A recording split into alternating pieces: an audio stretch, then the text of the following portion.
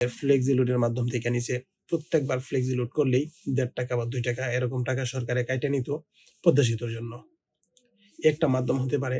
এইভাবে আপনার পকেট থেকে টাকা নিয়ে তারপরে আপনার টাকা আপনাকেই দিবে। তারপরে একটা মাধ্যম হচ্ছে সরকারিভাবে যেই আন্ডারে যেমন চাউল আসে, তারপরে গ্যাস সিলিন্ডারে যে একটা সিন্ডিকেট দেখতেছেন। গ্যাসের সিলিন্ডারের দাম বাড়িয়ে দিয়েছে প্রায় বর্তমানে ৳২,০০০ করে চলতেছে।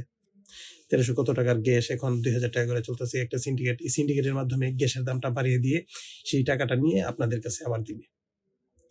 তারপরে হচ্ছে চাইলের দামটা বর্তমানে তো আমরা ৳৭০-৮০ কেজি চাল খাচ্ছি।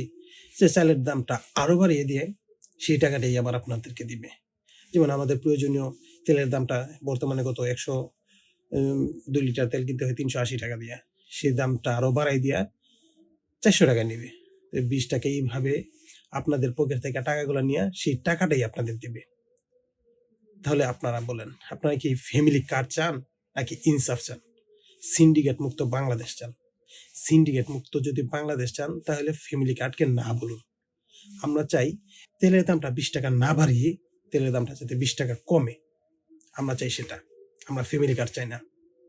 আমরা চাই চালের দামটা কমুক, ৳৮০ কেজি থেকে ৳৫০ কেজিতে আসুক। ৳৫০ থেকে ৳৩০ কেজিতে আসুক। আমরা চাই গ্যাসের সিলিন্ডারের সিন্ডিকেটটা ৳১৩০০ থেকে ৳২,০০০ নিচে। আমরা চাই ৳১৩০০ থেকে ৳১,০০০ আসুক। আমরা ফ্যামিলি কার্ড চাই না।